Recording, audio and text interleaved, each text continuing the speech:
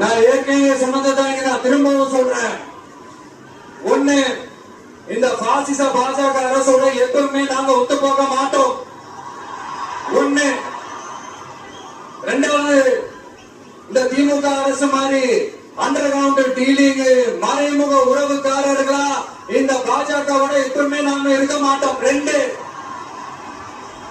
மூணாவது, மூச்சுக்கு 300 தடவை அம்மா அம்மா அம்மான்னு சொல்லிக்கிட்டு ஜெயலலிதா மேடம் சொன்ன அந்த விஷயத்தை டோட்டலா மறந்துட்டு ஒரு பிறந்தா கூட்டணியா ஒரு கூட்டணியா ஒண்ணு அமைச்சுக்கிட்டு கேட்டா தமிழ்நாட்டோட நலனுக்காக இந்த பாஜகவோட கூட்டணி வச்சிருப்போம்னு சொல்லிக்கிறாங்களே, அவங்கள மாதிரியே நாம இருக்க மாட்டோம். இல்ல, நான் தெரியாம தான் கேக்குறேன். இந்த பாஜக அரசு தமிழ்நாட்டுக்கு என்ன செஞ்சுட்டாங்க? நீட்டை முடிச்சுட்டாங்களா? கல்விக்கு தேவையான இந்த நிதியை முழுசா கொடுத்துட்டாங்களா?